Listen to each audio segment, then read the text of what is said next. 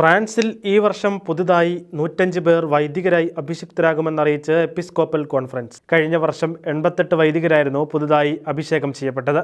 മുൻ വർഷത്തെ അപേക്ഷിച്ച് ഈ വർഷം പൗരോഹിത്യം സ്വീകരിക്കുന്ന വൈദികരുടെ എണ്ണത്തിൽ വർധനവുണ്ടായതായും 17 പേർ കൂടുതലാണെന്നും ഫ്രാൻസ് എപ്പിസ്കോപ്പൽ കോൺഫറൻസ് വെളിപ്പെടുത്തി. CEF വെബ്സൈറ്റിൽ പ്രസിദ്ധീകരിച്ച വിവരങ്ങൾ അനുസരിച്ച് തിരുപ്പട്ട ശുശ്രൂഷകൾ വിശുദ്ധ പത്രോസ്, പൗലോസ് ലീഹാമാരുടെ തിരുനാളിന് മുൻപുള്ള ഞായറാഴ്ചയായിരിക്കും നടക്കുക. പൗരോഹിത്യം സ്വീകരിക്കാൻ ഒരുങ്ങുന്ന വൈദികരിൽ 73 പേർ വിവിധ രൂപതകൾക്കായുള്ളവരാണ്. 2 പേർ സൊസൈറ്റീസ് ഓഫ് അപ്പസ്തോലിക ലൈഫിൽ നിന്നുള്ളവരാണ്. 16 പേർ വിവിധ സന്യാസ സമൂഹങ്ങളിലേക്കും ഉള്ളവരാണ്. പുതിയ പഠനങ്ങളിൽ എല്ലാ വർഷവും കൂടുതൽ യുവാക്കൾ മാമോദീസ സ്വീകരിക്കുകയും വിശുദ്ധ കുർബാന സ്വീകരണം ഉൾപ്പെടെയുള്ള കൂദാശകൾ സ്വീകരിക്കാൻ ആഗ്രഹിക്കുകയും ചെയ്യുന്നു എന്ന് വെളിപ്പെടുത്തുന്നു.